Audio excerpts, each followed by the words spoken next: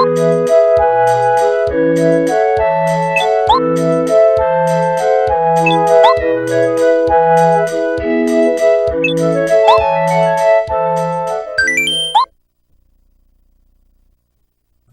the Crystal King. When I said that Huff and Puff had the potential to be a fun, dangerous boss raining threats and lightning from the sky rather than being a backroom leader, it was true. He could have done more, but then there's the Crystal King, who didn't have that at all. There weren't a lot of ways for the Crystal King to be an interesting boss because his domain is a dead shrine mansion filled with great puzzles. The entire thing is frozen over, and with the enemies being dupla ghosts and those bat things, it gives a great sense of isolation and non-existence, which makes it a unique level and actually pretty fun to traverse. It also gives no opportunity for the Crystal King to actually do anything.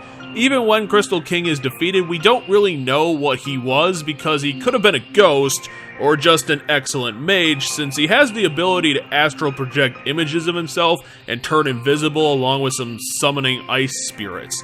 Plus, you have to ask why the Crystal King would have wanted to rule over the Crystal Palace in the first place, since it is a dead shrine built on top of a frozen mountain surrounded by monsters, and only accessible through vague riddles.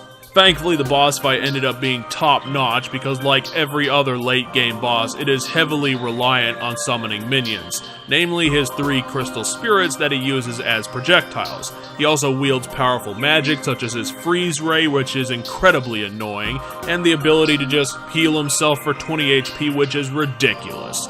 It's not as important to beating the Crystal King, but you should focus on taking out his crystal spirits since they actually deal a lot of damage. And all of this means that you have to use that all-target strategy from Huff and Puff and the Lava Piranha in this fight.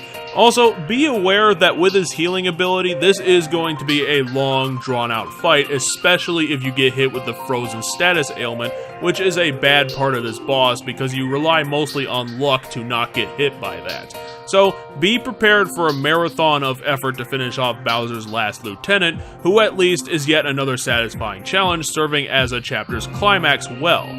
But it really does feel like a boss put in at the last minute with no potential to do anything interesting.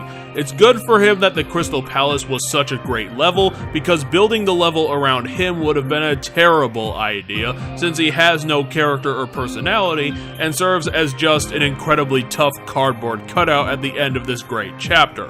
Maybe next time will be better, Intelligent Systems. Maybe next time.